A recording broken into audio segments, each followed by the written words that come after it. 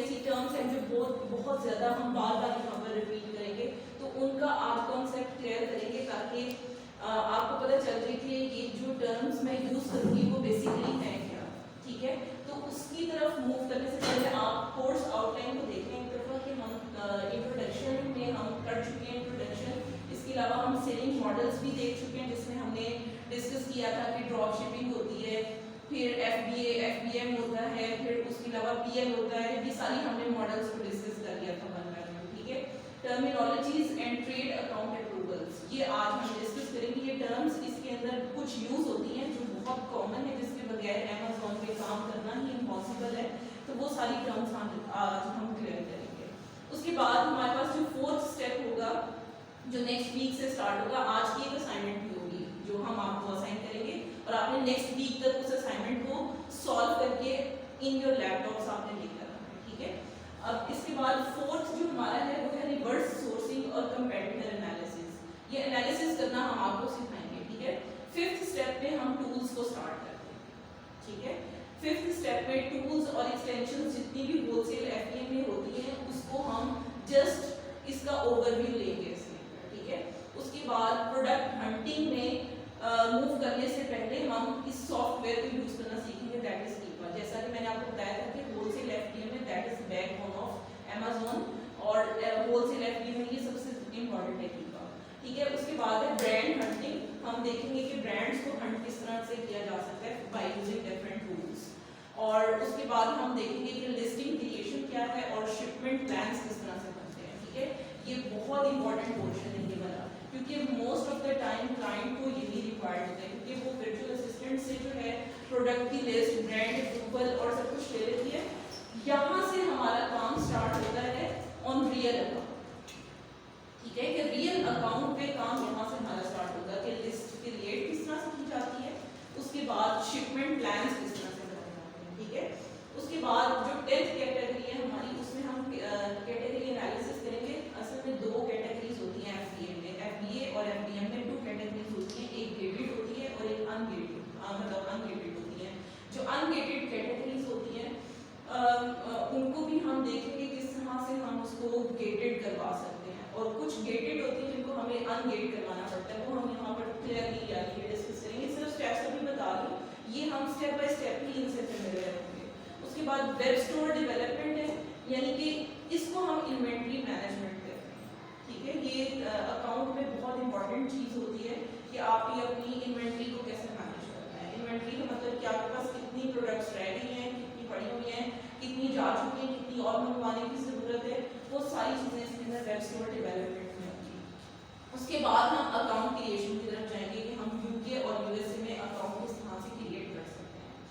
उसके बाद हम वेट देखेंगे फॉर UK और रीसेल सर्टिफिकेट, ये भी एक टर्म है, ये हम with the passage of time इसको डिस्कस करेंगे। इसके बाद बाय बॉक्स रोटेशन, ये रोटेशन बड़ी इंपॉर्टेंट है। इस रोटेशन का इंट्रोडक्शन आज, क्योंकि ये जो टर्म है ना, ये हमने जब FBA FBM कर रहे होते हैं तो सबसे इंपॉर्टेंट यही टर्म होती है जिसके लिए हर कोई खेल रहा होता है। ठीक है, तो बाय बॉक्स रोटेशन को यहाँ पर क्लियरली हम मतलब टर्म तो आज ही हम इंट्रोड्यूस हो जाएंगे इस टर्म से, लेकिन बाय बॉक्स की जो रोटेशन है रियल अकाउंट पे उसको हम यहाँ पर देखेंगे। ठीक है, और फिर उसके बाद टिप्स हम आपको देंगे कि किस तरह से होलसेल FBA के लिए जो इम्पोर्टेंट टिप्स हैं वो हम इस सेक्शन में लास्ट में डिस्कस करेंगे, और इसके साथ साथ फ्रीलांसिंग प्लेटफॉर्म्स से आपको इंट्रोड्यूस करवाएंगे और उसमें किस तरह से आपने जंप होना है वो सारा कुछ होगा। और लास्ट जो हमारा सेशन होगा वो क्वेश्चन आंसर का जो है वो सेशन होगा, जिसमें हम सिर्फ होलसेल FBA से रिलेटेड सारे क्वेश्चंस को उस सेशन में समराइज करेंगे। ये सबसे बड़ा सेशन होगा हमारा। ठीक है, और उसके बाद इंटर्नशिप की तरफ जो है वो हम मूव कर जाएंगे। ठीक है, ये हमारा एक ओवरव्यू मैंने आपको दे दिया कि हमने क्या करना है इस पूरे कोर्स में। ठीक है, अब सबसे पहले हम स्टार्ट करते हैं। अच्छा मैडम, ये जो अभी हम चीज़ें डिस्कस करेंगे, फॉर एग्जाम्पल ये जो रिकॉर्डिंग भी हो रही है, अब हम किस चीज़ पे फोकस करें, अंडरस्टैंडिंग पे करें, नोट्स बनाने पे करें, ताकि ना इसका क्या पैटर्न है? इनिशियली आपको जो है ना साथ साथ कुछ चीज़ें नोट भी करनी पड़ेगी। ठीक है, ताकि आपके पास जो है ना मतलब आप उसको गो थ्रू, अगर जहन से निकल भी जाए तो आप उसको देख सकें, क्योंकि जब तक एक्सपीरियंस ना आया आपके पास ठीक है, तब तक आपको ये चीज़ें बार बार रिवाइज करने की ज़रूरत होती है। ठीक है, तो उस वीडियो भी बार बार देख सकते हैं, उसमें आप अपने नोट्स जो आपने यहाँ पर बनाए होंगे, ठीक जो है। पॉइंट्स आपने किए होंगे, उसको भी आप बार बार देख सकते हैं ताकि आपके जहन में वो चीज़ें फिक्स होना स्टार्ट हो जाए। ठीक हो गया। ठीक है, जब वो फिक्स होंगी तो तभी आप उसको हैंड्स ऑन एक्सपीरियंस के दौरान रिकॉल करके उसको इम्प्लीमेंट कर सकते हैं। Agree। और ये जो इस वक्त रिकॉर्डिंग हो रही है ये हमें लिंक्स में मिल जाएगी, जी। ये हम देख सकेंगे जी, आपसे, बिल्कुल। ताकि अगर हम घर में जाकर दोबारा देख के नोट्स बनाना चाहें अच्छे तरीके से तो बना सकें। Agree। गूगल ड्राइव पे आपको अवेलेबल होंगे, उसका लिंक हम आपको शेयर चलेगा। करेंगे। ठीक है, अब ये हमारा मतलब नेक्स्ट स्टेप्स हमारे क्या हैं कि हमने होलसेल एफडीए किस तरह से काम करते हैं, इसकी एप्स किस तरह से, हमने प्रॉफिट वाली प्रोडक्ट्स किस तरह से सर्च करनी है, और सबसे इम्पोर्टेंट बात कि हमने कॉन्फिडेंस कैसे गेन करना है ठीक। कि right decisions about the products, कि हमने जो बाय करनी है प्रोडक्ट्स एज एन इन्वेंट्री, उसके ऊपर हमें कॉन्फिडेंस कैसे आएगा, ये बहुत इंपॉर्टेंट पॉइंट है। ये कॉन्फिडेंस सिर्फ और सिर्फ आपको प्रैक्टिस से आएगा, और सिर्फ जब आप अपना काम करके अपने मेंटोर को दिखाएंगे, अपने इंस्ट्रक्टर को दिखाएंगे, वो आपको इसमें प्लस माइनस करने का बताएगा, अपनी सजेशंस उस प्रोडक्ट के बारे में देगा, तो तब आपको क्लियर होगा और तभी आप इस कॉन्फिडेंस को गेन कर सकेंगे। ठीक है, उसके बाद है फाइंडिंग सप्लायर्स। ये सबसे मुश्किल काम होता है, सप्लायर को ढूंढना। जो होलसेल एफबी है उसकी बैकबोन ही सप्लायर्स को तलाश करना है। ठीक है, सप्लायर्स का मतलब ये कि ऐसे ब्रांड से के साथ कांटेक्ट करना कि वो ब्रांड जो है हमें अप्रूवल दें कि हम उसका जो सामान है वो बल्क में हासिल कर सकें। ठीक है, so that is finding suppliers. और उसके बाद हम जो है वो बिल्ड कर सारे इस कोर्स के बाद हम बिल्ड करेंगे एक सक्सेसफुल बिजनेस ऑन अमेज़न। ठीक है, तो हम यहाँ पर सक्सेसफुल बिजनेस की जगह पर ये भी कह सकते हैं कि स्टार्ट होगा। ठीक है, अब ये सारे इसके स्टेप्स मैंने आपके साथ डिस्कस कर लिए, ये हमारे नेक्स्ट स्टेप्स हैं। अब एक हम आपको पीडीएफ भी प्रोवाइड करेंगे जिसके अंदर लाइक ये सारे table of contents already available होंगे। ठीक है, उसमें इंट्रोडक्शन होगा और किस तरह से आप अमेज़न को अमेज़न एफबीए पर सेल कर सकते हैं, इसकी बेसिक्स क्या हैं, वो सारे मॉडल्स यहाँ पर डिस्कस होंगे। इसके साथ साथ हम सेलर अकाउंट को सेटअप करने का एक एक स्टेप इसके अंदर अवेलेबल है। ठीक है, जो नोट्स हैं उसमें एक एक स्टेप अवेलेबल है। ठीक है, वो हम आपके साथ शेयर कर देंगे। ठीक है, ताकि कभी आप अकाउंट क्रिएट करना स्टार्ट करते हैं तो हर स्टेप पे आपके पास एक गाइडलाइन है in the form of pictorial. ठीक है, तो उसमें पिक्स उसकी अटैच होंगी तो आप उसको इजीली जो है वो देखकर उसको कर सकते हैं। तो आज के सेशन में हम लोग अकाउंट की नहीं, अकाउंट क्रिएशन एंड पर है। ठीक है, ये मैं आपको पीडीएफ का वो फॉर्मेट बता रही हूँ कि इस तरह से उसके टेबल ऑफ कंटेंट अवेलेबल है। उसके बाद है कि हमने प्रॉफिटेबल प्रोडक्ट्स किस तरह से सर्च करनी है, लिस्ट किस तरह से बनाएंगे, प्रोडक्ट को लॉन्च किस तरह से करेंगे, और एडवांस सेलर स्ट्रेटजीज क्या होंगी। तो एडवांस सेलर स्ट्रेटजीज का मतलब ये होता है कि अगर एक सेलर है वो डिफरेंट एडवांस किस्म की टेक्निक्स को, स्ट्रेटजीज को यूज करके एक सक्सेसफुल सेलर और दूसरे सबसे वो डिफरेंट किस तरह से बन सकता है। तो ये सारी स्ट्रेटजीज एट द एंड जो है वो हम आपके साथ शेयर करेंगे। ठीक है, ये सारी तो हो गई हमारी। अब हम स्टेप 1 में हम कुछ चीज़ें डिस्कस कर चुके हैं, लाइक अमेज़न मार्केट प्लेस को हमने देख लिया। हमने कल देखा था कि कितनी मनी हम अर्न कर सकते हैं बाय यूजिंग होलसेल एफडीए, और एवरेज मंथली सेल्स और प्रॉफिट्स भी हमने डिस्कस कर लिए थे। अब हम आ जाते हैं जी, कुछ क्वेश्चंस हैं यहाँ पर जो मैं आपके साथ डिस्कस कर लेती हूँ, क्योंकि बहुत सारे लोगों को ये होता है कि हमें क्यों ज़रूरत है अमेज़न पे सेल करने की, टाइम और पैसा। दो चीज़ों की इन्वेस्टमेंट होती है ना, एक टाइम की होती है, एक पैसे की होती है। दोनों चीज़ों से हमें पैसा नहीं मिलता है। ठीक है, पैसे से पैसा बनता है और टाइम से पैसा बनता है। ठीक है, हम यहाँ पर बेसिकली जिस पर्पज़ के लिए सब लोग इकट्ठे हैं वो है टाइम से पैसा कमाना। ठीक है, क्योंकि हम इन्वेस्टर तो है नहीं, हम इन्वेस्ट नहीं कर रहे, हम टाइम से पैसा कमाना चाह रहे हैं बाय यूजिंग सर्विसेज। तो बेसिकली बहुत ज़्यादा इम्पॉर्टेंट है कि अगर हम अपनी टाइम और एफर्ट्स को पुट करेंगे तो इन रिटर्न हमें पैसा मिलेगा। ठीक है, जैसे अभी सर्विसेज का मैंने आपको बताया कि सर्विसेज डिफरेंट टाइप की होंगी। जब आप उन सर्विसेज के लिए अपने टाइम को किल कर रहे होंगे तो आपने जो वहाँ से सक्सेस हासिल की होगी उसको आप सेल करेंगे, वो आपका एसेट है। ठीक है, आप उसको एज एन एसेट जो है वो सेल करेंगे। तो ये तो यहाँ पर क्वेश्चन, क्योंकि बहुत सारे लोग ये पूछते हैं कि हमें कोई पैसे का लॉस तो नहीं होगा, क्योंकि हम तो सिर्फ इन्वेस्ट ही टाइम कर रहे हैं। तो टाइम नो डाउट बहुत इंपॉर्टेंट है, लेकिन स्किल को इम्प्रूव करने के लिए for the starting of any कोई भी आप टास्क स्टार्ट करते हो तो उसके लिए आपको टाइम एक दफ़ा तो इन्वेस्ट करना ही पड़ता है। ठीक है, और with the passage of time आप टाइम को मिनिमाइज करते हो, पैसे को इंक्रीज कर सकते हो। जब आपकी स्किल इंप्रूव हो जाती है, ठीक है। लेकिन लर्निंग का जो प्रोसेस है वो नेवर स्टॉप्स, तो आप लर्न साथ साथ करते रहें, मजीद चीज़ों को एक्सप्लोर करते रहें ताकि आपको जो है वो डिफरेंट फेसेस से गुजरते हुए आपको कोई प्रॉब्लम ना हो।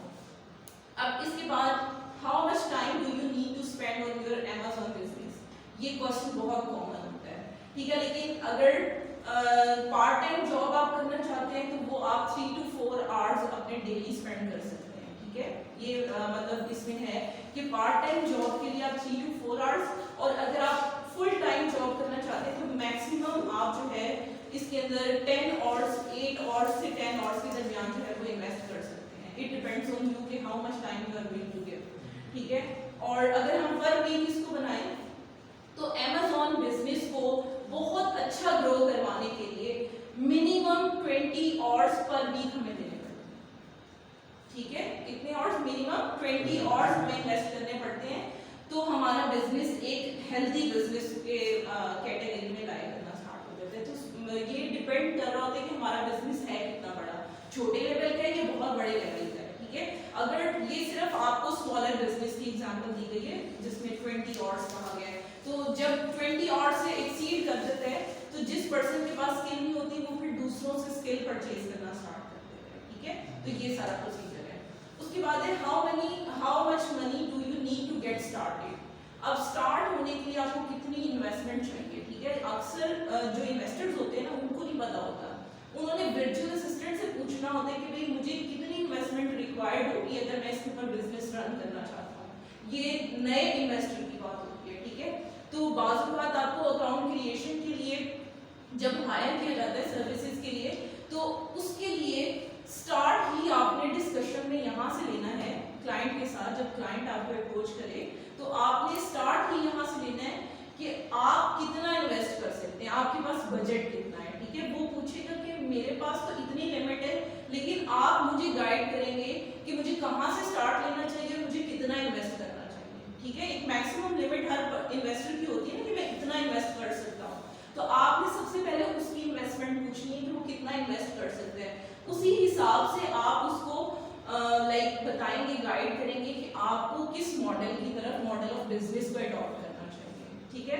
तो आपने याद रखना है, मैं आपको ये मतलब ये कोई हार्ड एंड फास्ट रूल तो नहीं है, लेकिन जो हमारा एक्सपीरियंस कहता है उसके मुताबिक जो USA है उसमें हमें इन्वेस्टमेंट कम चाहिए होती है, ठीक है। USA में हमें इन्वेस्टमेंट कम चाहिए होती है as compared to UK। European countries में हमें इन्वेस्टमेंट ज़्यादा रिक्वायर्ड होती है, ठीक है। ये एक इम्पॉर्टेंट पॉइंट हो गया। उसके बाद अगर कोई होलसेल FBA करना चाहता है USA में, तो वो 3000 से 5000 डॉलर्स के दरमियान कर सकते हैं।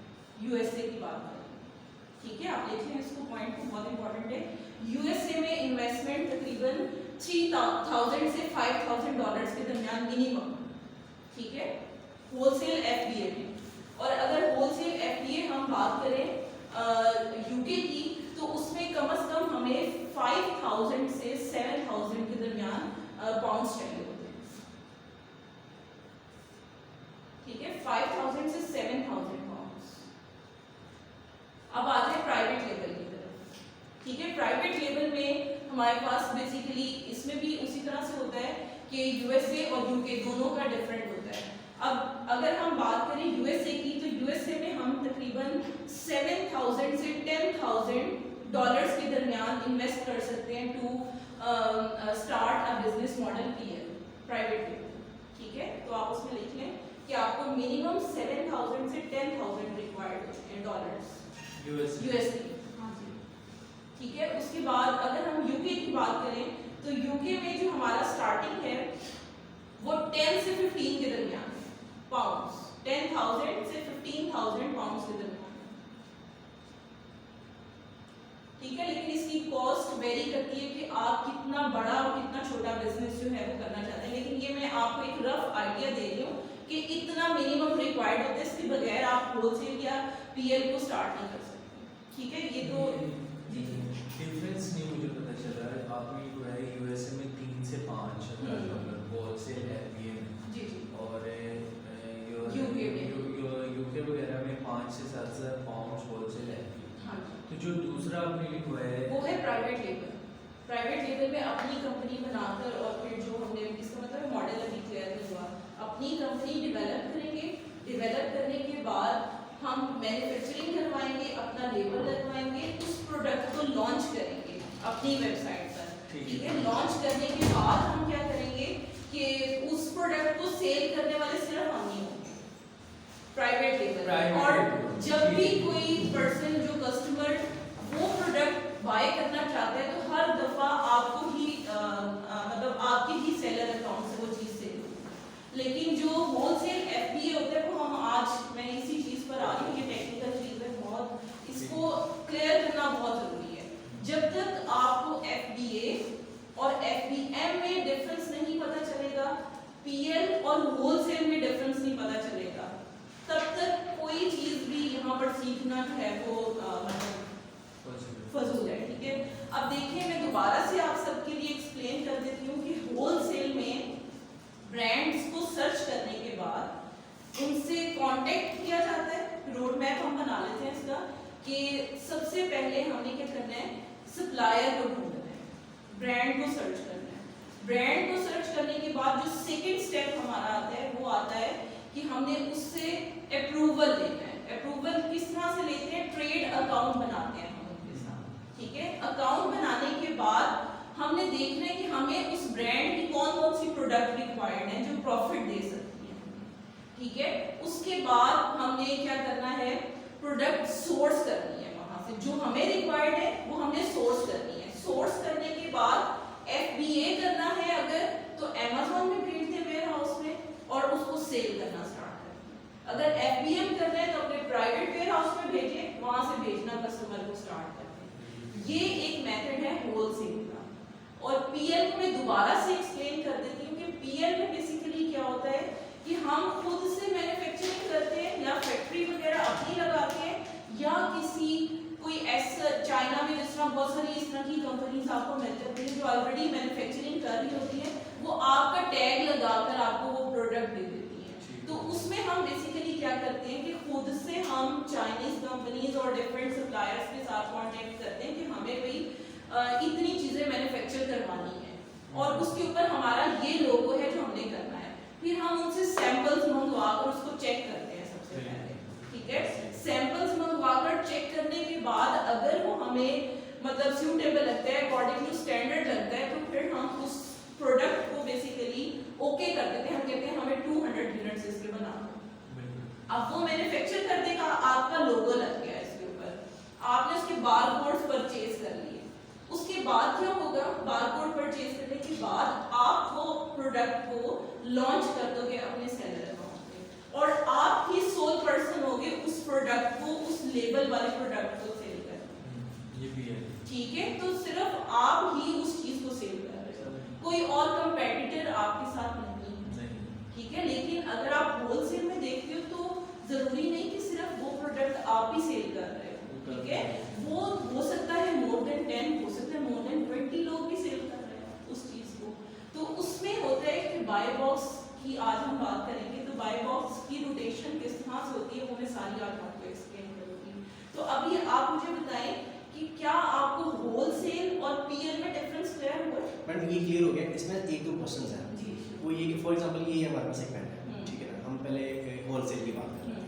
होलसेल में ये है कि ये कंपनी बना रही है, ठीक है ना, और हमने इससे पियानो के ये पेन लिए और बेशक अपने पास रख लिए, बेशक बेच दिए, ठीक है ना, और इसको सेल कर दिया। इसके ऊपर पियानो का एक लोगो लगा हुआ है सब कुछ, जिससे हम उसी को उसी से पियानो के नाम से। अच्छा, अब सवाल ये है कि अगर मैंने इनसे पियानो का पेन लिए हैं, इनसे 1000 ले लिए और मैंने इसे सेल कर दिया, क्या एक वक्त में ये भाई भी इसी कंपनी से यही पेन परचेज कर सकते हैं? होलसेल में कर सकते हैं। अब इनके पास भी आ गए, मेरे पास भी आ गए, ठीक है ना। अब इसके ऊपर लोगो हमारा नहीं लगेगा, लोगो सिर्फ इस कंपनी का लोगो कंपनी लगी, एग्रीड हो गया। अब अगर फॉर एग्जांपल मैंने अब पीएल की तरफ से भेजा, ठीक है, मैं इनके पास आऊँ, मैं कहूँगा नहीं मेरा इसके ऊपर लोगो लगाओ, ठीक है। अब मुझे एक बात बताइए, क्या इस केस के अंदर पियानो भी लिखा जाएगा और मेरा लोगो ABC भी लिखा जाएगा, या मैं कहूँ नहीं पियानो खत्म करो और ABC लिखो, पियानो बिल्कुल जीरो कर देना है, क्योंकि आप अपनी मैन्युफैक्चरिंग करवा रहे हैं। ठीक। इसका उससे अब कोई ताल्लुक कोई नहीं लिंक नहीं है, सिर्फ क्वालिटी डिपेंड कर रही है कि आप किस क्वालिटी के ये मैन्युफैक्चर करवा उसके अंदर रैंकिंग डिफरेंट हो सकती है। फॉर एग्जांपल मैं इनसे कहता हूँ कि जी मुझे 15 रुपये वाला चाहिए, हाँ। ये भाई चले जाते हैं कहते हैं नहीं यार मुझे 12 रुपये वाला बना। हाँ। तो अब इनकी क्वालिटी में मेरी क्वालिटी में फर्क हो गया, कंपनी एक ही बना रही है, बिल्कुल। अब मेरा ABC नाम लेकिन है। किसी को नहीं पता कि कंपनी एक ही बना रही है। आपकी बात ठीक है, अगर हम एक कॉन्सेप्ट की अंडरस्टैंडिंग हाँ, ले लें, हाँ। बेशक पियानो की जगह ये ABC से बनवा रहा है, मैं XYZ से बनवा बिल्कुल रहा ऐसे। हूं, ठीक है ना। अब हमारे पास क्या हुआ है कि अगर ये हमारा मैंने ABC के नाम से ये प्राइवेट लेबलिंग कर ली, अब मैंने इसको सेल करना शुरू कर दिया। अब मुझे ये बताइए कि मैं कल को ABC का नाम चेंज करके XYZ कर सकता हूँ, या मुझे ऐसा रीजन कि अब इस पेन के लिए ABC रखना पड़ेगा? अगर आप उसी लिस्टिंग को एक्टिव रखते हैं ना, तो फिर आपको वही ABC रखना पड़ेगा, XYZ नहीं हो सकता उसका नाम, Okay. क्योंकि आपने बारकोड्स उस स्पेशल नाम के लिए परचेज किए। ठीक हो गया, ठीक ठीक है, हो तो गया। जब आपने बारकोड्स परचेज कर लिए, वो कोई और पर्सन बारकोड आपका यूज नहीं कर सकता। इसका मतलब है कि आपका प्रोडक्ट ABC है, ठीक है, और इसके बारकोड परचेज्ड है, ठीक है, आपके अब इस पे राइट्स आ कॉपीराइट्स मेरे पास आ गए। कॉपीराइट्स आपके पास आ गए, कोई और इसको यूज नहीं कर सकता। अगर यूज करते हैं तो आप क्लेम कर सकते हैं। और अगर फर्ज करें कि बात ऐसा होता है कि आपकी कोई एक प्रोडक्ट मार्केट में हिट नहीं हो रही होती, तो आप स्ट्रेटेजिकली उसका नाम या ब्रांड या लोगो चेंज करके उसको दोबारा लॉन्च करते हैं। मेरी अगर ABC तो सक्सेसफुल नहीं हो रही, तो मैं अब चाह रहा हूँ कि मैं ABC के ऊपर टाइम ना लगाऊं, मैं XYZ निकालूं, जी। ठीक है, बेशक इसकी क्वालिटी अगर नहीं 15 रुपए का, मैं 18 रुपए का निकालूं और मैं ये खत्म करूँ। अब इस केस के अंदर मुझे अपनी जो कस्टमर लिस्टिंग की होगी वो खत्म करनी पड़ेगी जी, और न्यू लिस्टिंग के लिए न्यू लिस्टिंग करवानी पड़ेगी। हाँ, जी, बिल्कुल ऐसे। ठीक है, ठीक है, क्लियर हो गया। अब इसमें दो मॉडल्स आपको, इसके दरमियान जब तक डिफरेंस नहीं आएगा तब तक FB और FBM में डिफरेंस नहीं आएगा। अब FB और FBM में डिफरेंस जानने के लिए हम मतलब स्विच करते हैं इसकी तरफ। अब अच्छा इसमें ये जो अभी आपने मैडम एक चीज़ बताई है, जी, जी। ये जो अपने एक्सपीरियंस की बेस पे बात की है, जी, होलसेल इन्वेस्टमेंट की, इन्वेस्टमेंट की 3000 से लेकर 5000 तक, मैडम इसकी कोई लॉजिक, इसका कोई ब्रेकअप, इसकी कोई चीज़ है? जैसे फॉर एग्जांपल मैं कहूँ कि यार अगर किसी बंदे ने अपनी प्रोडक्ट लॉन्च करनी है, तो उसका एडवर्टाइजमेंट के ऊपर इतना लगाना पड़ेगा, ठीक है ना, उसकी ब्रांडिंग के ऊपर इतना लगाना पड़ेगा, आगे प्रमोशन के इतना लगाना पड़ेगा, ऐड के इतना लगाना पड़ेगा, मार्केट के लिए डिस्ट्रीब्यूशन कितना लगाना पड़ेगा, उन तमाम चीज़ का एक ब्रेकअप होता है। उस ब्रेकअप वो डिस्कस करेंगे हाँ, आपके साथ। अच्छा वो होगा, बिल्कुल। ओके, ठीक है, उसमें ये तो अभी मैंने आपको रफली इंट्रोडक्शन Agree, दिया ना। agree. जब हम अकाउंट क्रिएशन पे जाएंगे ना, तो मैं आपको सारे स्टेप्स उसमें क्लियर करूंगी कि क्या क्या कितनी इन्वेस्टमेंट कहाँ पर होती है। एग्रीड। ठीक है, अब हम Amazon के मतलब सिनेरियो में इंटरफेस की तरफ जंप करने लगे हैं। उससे पहले कुछ चीज़ें मैं आपको क्लियर कर दूं कि Amazon क्योंकि 102 कंट्रीज में लॉन्च है ऑलरेडी, तो जिस कंट्री में आप मूव करना चाहते हैं, जिस मार्केट प्लेस में मूव करना चाहते हैं, उस मार्केट का नाम आपने Amazon के साथ मेंशन करना है। ठीक है, फॉर एग्जांपल अगर मैं सिंपल amazon.com लिखती हूँ, तो वो डायरेक्टली मुझे USA की मार्केट में लेके जाएगा, क्योंकि USA की मार्केट मैंने आपको बताया था सबसे बड़ी मार्केट है। ठीक है, तो amazon.com जब मैं लिखूंगी, आप इसे नोट कर लें अपने पास कि amazon.com जब भी हम लिखेंगे तो डायरेक्टली हम USA की मार्केट में जंप करेंगे। लेकिन हम अदर देन किसी और मार्केट में जंप करना चाहते हैं तो उसका नेम हम इसके साथ मेंशन कर सकते हैं। लेकिन आप इसके अलावा मैं आपको बता देती हूँ, जैसे अगर हम UK की मार्केट में जाना चाहते हैं तो हम .co.uk लिखेंगे। Amazon में यहाँ पर लिख देती हूँ, ये देखिए मैं इसको दोबारा से सर्च करती हूँ, Amazon, ये देखिए ये .com का ऑप्शन यहाँ पर दे रहा है, ये डायरेक्ट USA में जाएगा। ये देखिए मैं इसको एंटर करती हूँ, ये डायरेक्ट हमें USA के सिनेरियो में सारा लेकर जाएगा। ये देखिए अब यहाँ पर ये तो डिलीवरी क्योंकि मैंने सेट की हुई थी UK पर, ये डिलीवरी, ठीक है, इसको आपने बाय डिफॉल्ट हो गया, मैंने खुद से इसको सिलेक्ट किया। इसको पाकिस्तान कभी नहीं करना, डिलीवरी टू पाकिस्तान में चार्जेस बहुत ज़्यादा होंगे और बहुत सारे ब्रांड्स या बहुत सारी चीज़ें ऐसी होती हैं जो पाकिस्तान में शिप नहीं होती। तो आपने याद रखना है कि जब भी हम इस Amazon के इस इंटरफेस को ओपन करेंगे तो डिलीवरी टू आपने जिस कंट्री में डिलीवरीज आप करना चाहते हैं उस कंट्री को आप सिलेक्ट करेंगे। ठीक है, अगर USA में जाना चाहते हैं तो USA में करेंगे, UK में जाना चाहते हैं UK में, जर्मनी में, इटली में, फ्रांस में, जहाँ पर जाना चाहते हैं आप उसका तरीका कार मैं आपको बता देती हूँ कि डिलीवरी टू जब आपने करनी है, लेट्स से मैं यहाँ पर USA करना चाहती हूँ, ठीक है, अब वो कहते हैं कि sign in to see your address. हमने ये नहीं कहना, हमने कहना है कि हम खुद से आपको बताते हैं कि हम कहाँ पर जाना चाहते हैं। हम फॉर एग्जांपल USA में जाना चाहते हैं, अब यहाँ पर मैंने इसको USA में सिलेक्ट कर दिया, तो US की स्टेट्स हमने यहाँ पर आ गई। एक और तरीका कार भी होता है कि आप USA में भी स्पेसिफाइड किसी लोकेलिटी को या खास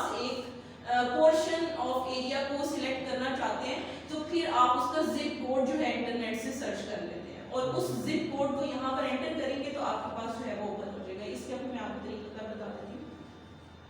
यहाँ पर ये देखें लिखा हुआ है और एंटर यूएस जिप कोड।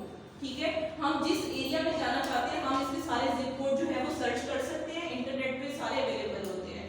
जो जिप कोड हम यहाँ पर एंटर करेंगे वही जिप कोड का एरिया हमारे पास आ जाएगा डिलीवरी के लिए। ठीक है, अब ये तो मैंने आपको बता दिया कि हमने डिलीवरी के लिए सबसे पहले इसको सिलेक्ट करना है। अब मैं आपको, ये तो हमने यूएस की खोली थी, अब मैं आपको खोल के दिखाती हूँ यूके की वेबसाइट। ठीक है, अब मैं यहाँ पर मेन बार पर जाऊंगी, यहाँ पर लिखूंगी Amazon। अगर आप लोग डायरेक्टली इसको लेकर जाना चाहते हैं तो मैं ये देखें .co.uk लिखूंगी, यहाँ इसको नोट कर लिया। अगर आप इस तरह से सर्च नहीं करना चाहते तो एक और तरीका ये है amazon.co.uk। अगर आप इस तरह से सर्च नहीं करना चाहते, आपको एक्सटेंशन इसकी याद नहीं रहती, तो आप जस्ट Amazon और आगे उस कंट्री का नाम लिखेंगे तब भी वही पोर्टफोलियो आपके पास ओपन होगा। अभी देखिए मैंने ओपन किया, अब देखिए यहाँ पर डिलीवरी टू पाकिस्तान लिखा है, इसको चेंज करना है सबसे पहले। ठीक है, अब यहाँ पर मैंने आपको बता दिया कि ये हमने अब जो वेबसाइट खोली है Amazon की, ये यूके की मार्केट प्लेस है सारी, जो चीज़ें यूके में सेल हो रही हैं वो यहाँ पर है। ठीक है, अब ये तो मैंने .co.uk करके खोला था। अब मैं आपको इसकी एक और बार ओपन करती हूँ और मैं आपको किसी और कंट्री का लाइव Amazon खोल के दिखाती हूँ। सपोज जर्मनी का चलो ठीक है, जर्मनी का खोलते हैं Amazon। यहाँ पर मैं जर्मनी से कर लेती हूँ। ठीक है, अब यहाँ पर हमारे पास जो है वो डायरेक्टली हम जर्मनी में जो है वो ऐड करें। ठीक है, तो आप देखें यहाँ पर लैंग्वेज भी जर्मन आ गई। ठीक है, तो इसलिए ज़्यादातर लोग जो है वो कन्वर्ट भी कर सकते हैं, इसकी लैंग्वेज को हम ना इंग्लिश में चेंज कर सकते हैं। अभी आप देखें ये तो हमने जर्मनी को कर लिया। मैं आपको इसकी कुछ एक्सटेंशंस बता देती हूँ अगर आप याद रखना चाहें। जर्मनी के लिए हमारे पास .de होता है, amazon.co.de। हाँ जी, एक मार्कर अगर पढ़ेंगे। जी जी, मैं लिख देती हूँ यहाँ पे इसकी मार्कर। तो लैंग्वेज चेंज की ऑप्शन आएगी। जी जी, वो भी मैं आपको बता दूँ।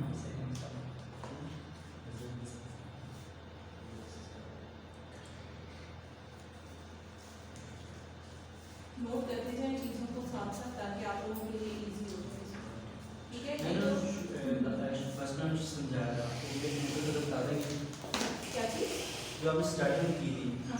मैं था नहीं आइडिया दे रही हूँ। जब आप आए तभी स्टार्ट हुआ है, बस सिर्फ कोर्स आउटलाइन ही डिस्कस हुई है। उससे पहले कोर्स आउटलाइन में आपके साथ ग्रुप बनाऊंगी, मैं उसमें शेयर कर दूंगी आपके साथ। ठीक है, अब इसमें देखें यहाँ पर मैं लिख देती हूँ amazon.co.uk। ठीक है, ये है यूके के लिए। इसके बाद आते हैं जर्मनी के। ठीक है, जर्मनी के लिए .de होता है, amazon.co.de। ठीक है, वह फ्रांस के लिए FR यूज होता है, amazon.co.fr। ठीक है, और अगर आप डायरेक्टली यूएसए में जाना चाहते हैं, ठीक है, तो amazon.com। ठीक है, और अगर अदर देन ये कंट्रीज आप जाना चाहते हैं तो जस्ट आप सर्च बार में जाएंगे। ठीक है, सर्च बार में जाने के बाद Amazon के बाद यहाँ पर आपने कंट्री नेम राइट करना है। उसके बाद आप क्लिक करेंगे तो डायरेक्टली आप उस कंट्री की लाइक मार्केट प्लेस पे डायरेक्टली जो है और जाके लैंग्वेज चेंज। जी। ठीक है, अब ये तो हो गया। अब हम क्योंकि यूके में मैं आपको फिलहाल कुछ प्रैक्टिस आज यूके के अकाउंट में करवाऊंगी, फिर कुछ हम यूएसए में करेंगे, यानी कि हर अकाउंट में डिफरेंट प्रैक्टिस करेंगे। ठीक है, अब यहाँ पर सबसे पहले हम स्टार्ट करते हैं, यहाँ पर इसकी डिलीवरी को चेंज करते हैं। ठीक है, मैं एक जिप कोड मैंने पहले से सर्च किया हुआ यूके का, मैं वो यहाँ पर प्लेस करती हूँ।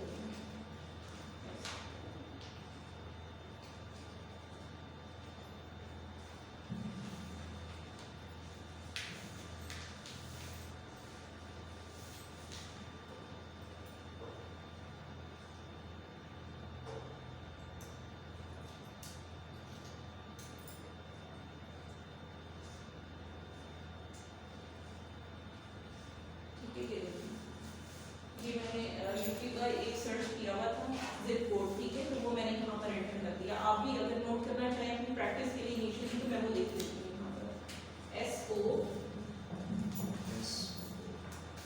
Capital S capital O 152 GB। ये सिटी होता है, सिटी होगा मैडम ये? जी जी सिटी है, सिटी। ठीक है। ठीक है, ये हर एक उसका सिटी का अलग अलग जिप कोड है, ठीक है। आप जिसमें भी डिलीवरी करवाना चाहते हैं, फिलहाल के लिए बस ये मैंने वैसे ही किया है। आप जिप कोड्स को मैं यहाँ पर सर्च करके भी आपको दिखा दूँ, ताकि आपके लिए हर स्टेप मतलब अवेलेबल हो जाए। यहाँ पर लिखेंगे जिप कोड्स यूके। अब आप देखिए यहाँ पर डिफरेंट जिप कोड्स आपके पास आ जाएंगे।